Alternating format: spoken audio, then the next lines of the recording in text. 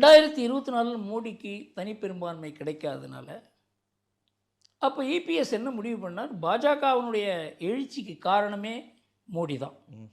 அவருக்கு ஒரு தாழ்ச்சி ஏற்பட்டிருக்கிறதுனால பாஜகவுக்கு தாழ்ச்சி ஏற்படும், நம்முடைய வாக்குகளை பாஜக பெற்றிருக்கிறது, அதை திரும்ப பெற்றுவிட வேண்டும் என்பதற்காக இனிமேல் பாஜகவோட கூட்டணியே கிடையாதுன்னு எனக்கு தெரிஞ்சு 16ஓ 17ஓ ஜூன் மாதம் அவர் அனௌன்ஸ் பண்ணார். இப்போ கிடையாது, அடுத்த தேர்தலையும் கிடையாதுன்ட்டு.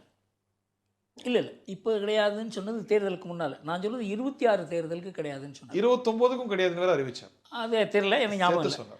அப்புறம் பார்த்தீங்கன்னா அதே நிலையை தொடர்ந்தார்.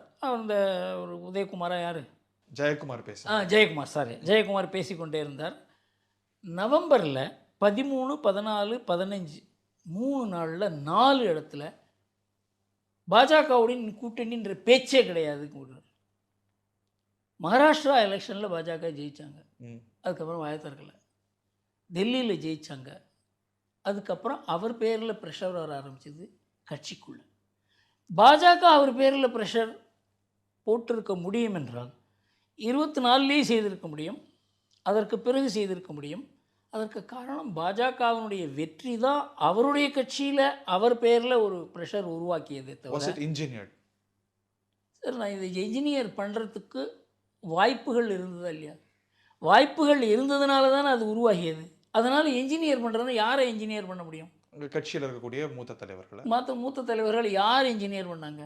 இதெல்லாம் அனுமானம் தானே. ஆனால் இதுக்கெல்லாம் காரணம் அவர் ஏன் பேசுகிறத நிறுத்தினார்?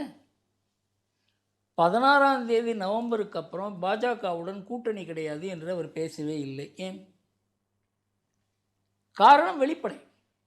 அவருக்கே புரிந்து விட்டது, நாம் ஜூன் மாதம் எடுத்த நிலை 2024 நாடாளுமன்ற தேர்தலுக்கு பிறகு எடுத்த நிலை இனிமேல் பொருந்தாது என்பது எடப்பாடிக்கும் புரிந்து விட்டது. ஆனால் யூட்டர்ன் எப்படி பண்ணுறது? எல்லா அரசியல் கட்சியிலையும் எல்லா அரசியல் தலைவர்களுக்கும் இந்த மாதிரி சங்கடமான ஒரு நிலை ஏற்படும். அதுதான் எடப்பாடிக்கு ஏற்பட்டது.